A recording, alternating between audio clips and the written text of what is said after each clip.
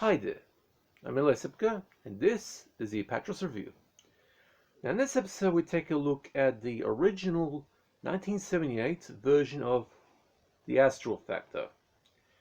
This is the original uncut version. And by the way, I've actually uploaded both versions of the film on YouTube, so actually that was the last two uploads I did in the past few days. So look it up. Actually, I'll listen to a post later about this anyway. Now, this original 1978 version was actually directed by Arthur C. Pierce. The re-edit was done by John Flory and Gene Fowler Jr. Yeah. And it was written by Arthur C. Pierce, and the story was done by Earl Leon and Arthur C. Pierce. Earl Leon was also the producer. The photography was done by Alan Stensvold. The music in this version was done by Bill Marks, and the editor was Bud S. Isaacs. Now the cast includes Robert Foxworth, Stephanie Powers, Mark Slade, Elkie Summer, Frank Ashmore, Renata Vassell, and Percy Rodriguez. Now, this has been in the public domain for quite a while. For anyone who uploads this film is going to get a copyright claim, apparently for the soundtrack. Now, but finding prints of this on DVD is surprisingly difficult, let alone a perfect print. I've owned exactly two different prints of this. My archive print, which I upload to YouTube, the one I upload is my archive print. That is from the Sci-Fi Classics 50 film box set released by Players Entertainment, the only sci-fi 50 film box set of its kind to be released in Australia. As I've said before, we never really had that kind of market here.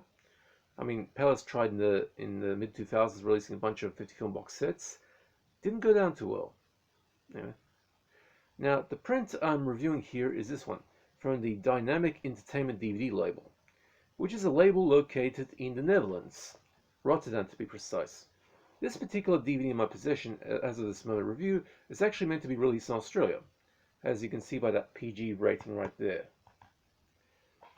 Which, technically this would have been rated M as per the Invisible Strangler DVD, so I suspect the rating here is a fake. That happens surprisingly often amongst the Australian budget DVD market, and the DVD itself actually has a British 12 certificate right there. So this DVD has been surprisingly widely distributed. Remember, this is from the Netherlands, this DVD, originally, from out in Rotterdam, called Dynamic DVD. Now, for the specs, it's a single-layer DVD, it's in PAL format, so 576 lines interlaced, 133 standard for the aspect ratio, English stereo in the 384 kilobyte per second range, no subtitles, and runs for about 95 minutes 26 seconds. No supplement, although there is a list of credits for the text who made the DVD. Now for the story. While serving a life sentence in a Los Angeles mental institution for killing his domineering narcissist of a washed-up actress mother, Roger Sands spent his free time developing his latent psychic powers, to the point that now he can turn himself invisible, and also manipulate objects, through telekinesis. He uses this awesome power to walk out of his prison cell, and begins his mission of revenge against the 5 former friends of his late mother, who testified against him in his murder trial. As Sands begins strangling his way through his kill list, I mean, obviously he couldn't use a gun or a knife because otherwise it wouldn't be called as an Invisible Strangler, or at least for the re-edit. LAPD Lieutenant Chuck Barrett is tasked with bringing Sands down, but Sands' psychic cloaking ability gives him a massive advantage that leaves the LAPD almost powerless to stop him. Now, this is the original 1978 version of the Astral Factor I'm reviewing here, and I actually consider this to be the superior version of the two. I've already covered the re-edited version of Invisible Strangler in my previous review, that version being released onto VHS in 1984. This was essentially a 1970s telepic police procedural with a science fiction bent that was briefly distributed to American cinemas for a single week starting from the 1st of February 1978. The film was made like around 1976, but I consider 1978 to be the date because it was released then. Then after that was done, the film was shelved and left in some studio's storeroom until the early 1980s, when the decision was made to release the film onto the VHS market, to make some return on the investment. But this necessitated bringing back Frank Ashmore to reprise his role of Roger Sands, for a reshoot of all of his scenes, removing his voiceover from parts of the film to make his character now almost completely silent, except for a single word at the end, and a somewhat imaginatively trippy Star Trek transporter-esque astral cloaking effect was replaced by the good old standby, the simple phase-in phase-out camera shot, which was basically a camera trick where they combined two shots at the same location, one with the act and one without, and slowly phased in a new shot, making the character literally fade out of view. Very old camera trick. As for the story, the Astral factor has a pretty uniquely interesting spin on the old escaped murderer trope that was the domain of slasher flicks in the 1980s, keeping in mind this was made in the 70s. So this would be like a pro-slasher in a way. The escaped lunatic here has used his time serving life sentence in Los Angeles nuthouse to develop his psychic powers, to the point he can now move objects around by telekinesis and also cloak himself, which depicted by the Star Trek sort of teleport effect, and which he uses to finally terrorize his fellow asylum inmate and escape the nuthouse by tricking the guards into opening a cell and simply walking out of the building completely invisible. One quick trip to his late mother's grave, and the mission of revenge begins. I should point out also, in the original, Roger Sands was able to cloak with his clothes on. In the Invisible Strangle re-edit, he had to take his clothes off in order to cloak. I don't know why they did that. That being said, the story has been somewhat badly handled by making the whole affair duller than watching paint dry in the middle of a rainy day. There's little action, but when the story calls for it, there are pretty standard scenes of strangulations, shootouts, and even a boat chase. The acting is surprisingly decent, although this is probably due to the film having the production polish of a typical 1970s telepic police procedural, which means the actors cast here are all professionals who have handled their parts well. The material here, well, despite the intriguing premise, is frighteningly on the thin and implausible side. While I can understand the lack of depth into how Roger Sands was able to develop advanced psychic powers from a few occult encyclopedias and self-help books, I guess director writer Arthur C. Pierce deliberately kept certain background details vague, so the audience can discuss these amongst themselves and their friends, thus ensuring the film's appeal. Well, I guess that didn't quite work out the way expected. But the whole idea of eliminating the four witnesses, all played by washed-up B-level actresses, who despite their slim parts have more personality than, say, a C-level actress like Meghan Markle, whose only sin was to testify on the late prince's behalf against her killer of her son, well, that doesn't seem right. If I was Roger Sands, I would use my powers to disappear from the area and start a new life, as well as using my newfound powers in full-blown superhero mode. You can become a pretty good superhero that sort with telekinesis cloaking. Anyway, the gist of this is that the Astral Factor is a frighteningly drab and boring film.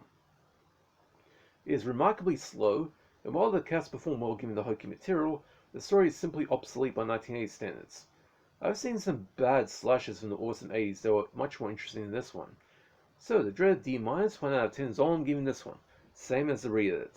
So both versions of the Astral Factor get a D-, my lowest grade. So basically they're both atrocious. But if you're a bad movie masochist, they're pretty good too. It's a good film to riff on. Very easy one. Now for gore nudity. No gore here, and by the way, this gore nudity is about the this original version. Of course, you'll be able to tell for yourself if you watch both versions on my channel. Now, there's no gore here, although the face of the first victim as she lies on a stretcher with a dead O face is pretty funny. The nudity is slightly more substantial than the later re-edit version, with this uncut original having 70 Powers' nude backside visible to us in the audience for a few seconds. Not really all that much, but hey, at least it's something to look at. Now for the DVD. I'm not going to analyze my archive print from Palace Entertainment Sci-Fi's Classics 51 box set. Feels somewhat redundant to talk about it. And plus, if you want to watch it, that's actually the print I uploaded onto YouTube, so you can look at that. That's the Palace print. But I will talk about my review print from Dynamic Entertainment. Like I said, this is a European label based out of Rotterdam in the Netherlands. It's the only Dutch DVD I have in my collection. I have a few German DVDs. I have plenty of American British ones. Interesting. And I've even had a couple of Chinese bootlegs. Anyway. Now for starters, this particular DVD has been distributed in the UK, as evidenced by that 12th certificate logo on the DVD's label. I'll show you again. That circle right there, that's a 12th certificate. I don't know if you can see that. See it? Okay. And all the way over in here in Australia was also distributed given the addition of that OFLC PG rating on the front cover. The quality of this print is pretty damn bad, even worse than the Payless print. The Payless print actually had a pretty decent color palette, a little soft, but anyway. But this one is really pretty washed up, and there's definitely a washed out look in many scenes, and some rare but significant VHS tracking errors here, which indicates this was a VHS rip. In fact, I reckon in both cases they were VHS rips, but Payless had a pretty decent, better handle on than this one, and you'll be able to tell that for yourself if you watch the print I uploaded. Now, The print on this is probably a rough cut because there's some grease pencil marks that appear at times, particularly during Stephanie Powell's nude scene. And by the way, there's, like I said, there's only just a brief showing of a butt and a side boob peak. That's it for nudity. Now, both the palest print and this dynamic print have those grease pencil marks. So it looks like all the versions of the film, I mean, of this original version out there of the rough cut. I haven't seen the other prints on YouTube of this film, so I can't tell, but I don't know if they have those pencil marks as well. Sound quality is on par with VHS rip, and there are also no subtitles or supplemental material to be found in this disc. The palest print was actually part of a multi-pack, so no supplement there, however. I should also point out that the ending credits on this print have some missing portions, which basically the couple of moments during the ending credits, the screen goes blank. And of course, there's like when the credits start, it goes blank for a few seconds, it comes back, and then pretty much goes blank and stays that way to the rest of the film credits. The palest print actually starts off, I mean, with the credits intact, but then halfway through the credits, it pretty much cuts out, and yeah, kind of interesting. So, to be honest, I don't think you'll ever find any print that's complete unless they do a remastered version of this. But anyway, the palest print definitely has a somewhat better grip on things quality-wise. Okay, so that's it for this episode. I will try and get my remaining episodes done within the next few days. I want to finish off this year before I go into the next season. And of course, at the beginning of next year, I'm going to do the Action 52 Masochist Challenge. That'll be interesting. Okay. Now to reiterate, the Astral factor gets D-, 1 out of 10. It's atrocious. But if you're a bad movie masochist, it's a pretty good fix of masochistic enjoyment. And also, if you're a champion riffer, this is an easy film to riff. If I'm not the heckling type. But it should be easy one to check. Anyway. And that's probably the only Dutch DVD I have in my collection, I think. Hang on, I think I've had some other Dutch DVDs. I'll have to check. But that's definitely the first Dutch DVD you'll see me review on this channel, hopefully. Okay, hope you guys enjoyed that. If you want to watch this original version or the Invisible Strangler re-edit, they're on my channel. You can check them out. I'm gonna make a post talking about that. Yes, I uploaded Astral Factor print. Okay. I hope you guys enjoyed that. If you have any questions, just hit me in the comment section. I'll be happy to answer. Hope you guys are staying safe. Take it easy. And that's it for this review. See ya.